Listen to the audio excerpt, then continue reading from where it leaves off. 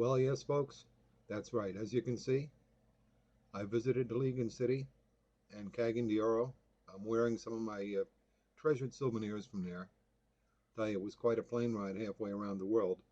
I'd never been that far in a plane before, but it was well worth the trip. It really was. And in the 2 years that I had spent web surfing Iligan-City, Cagan, and Mindanao in general, I did make some very genuine friends there in Iligan-City and a few in Cagan as well. And some of them were there to meet me at Lumbia Airport when I arrived, and went right to a hotel in Iligan, and really had a most enjoyable experience. I must say this is one of the best vacations that I ever took.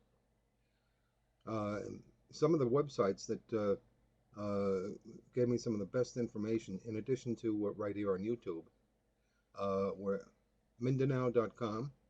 It's a very excellent website that covers all areas of Mindanao, and any specific information you want to know, the website owner will be more than glad to have. Will be more than happy to answer for you by email.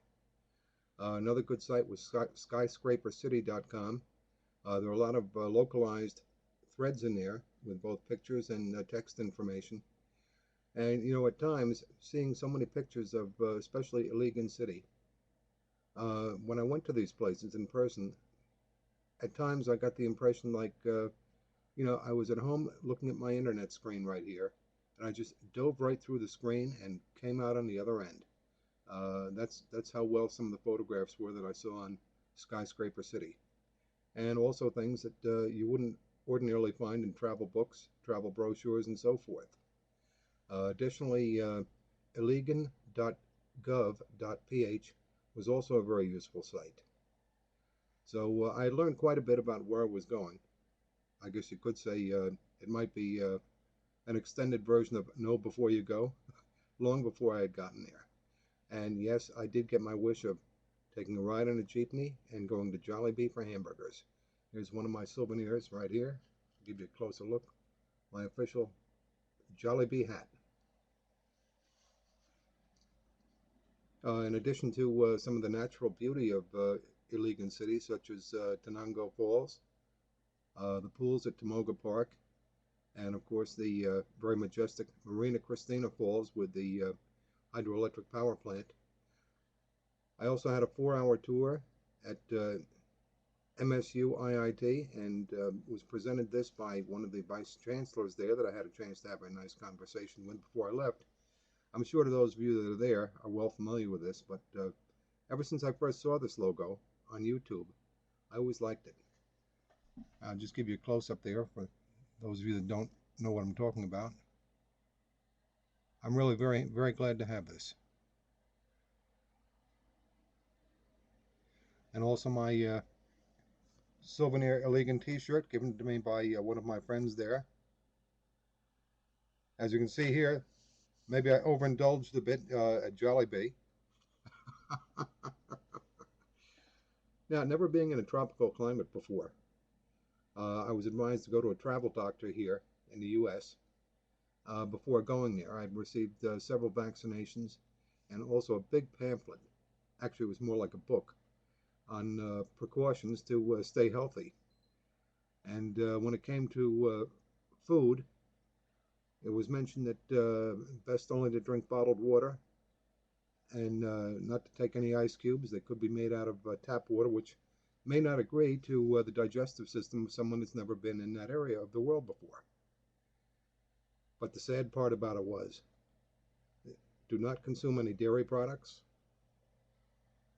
especially ice cream, and all the other good stuff that is derived from dairy products. Well, I really must tell you, I kept all these precautions in mind, but one night at Jollibee, I just couldn't resist getting one of those Jolly Zerts. I knew it was ice cream, but I figured an outfit as big and as famous as Jollibee is only going to have good stuff. And it was good. Not only tasted good, but it was well prepared, well served. So I ate the Jolly Zert. It was the last thing I ate that night. I went to sleep and woke up the next day and I felt just fine.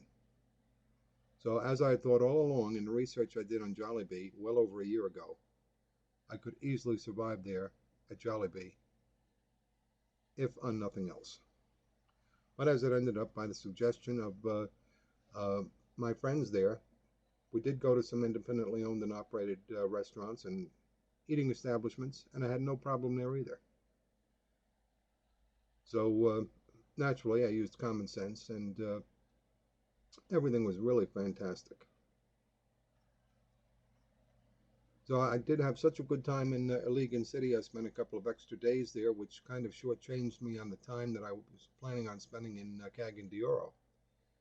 But I did have some friends in Cagayan de Oro that I wanted to meet, that I'd met via the internet and chatted back and forth with over a period of 2 years.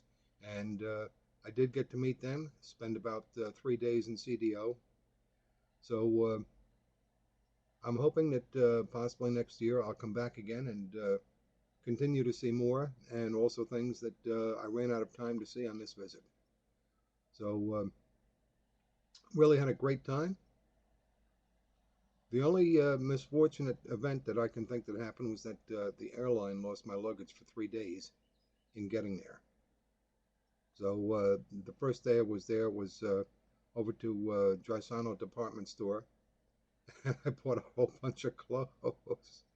So there was very little room in the luggage when I finally did get it to bring home a lot of souvenirs and things. But yeah, 3 days after I got there, my luggage was finally delivered to the hotel. So if that's the only misfortune I had out of the whole trip, I guess that's not bad at all.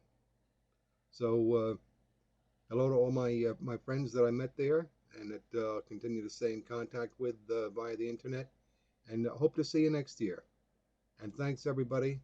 It was a great time.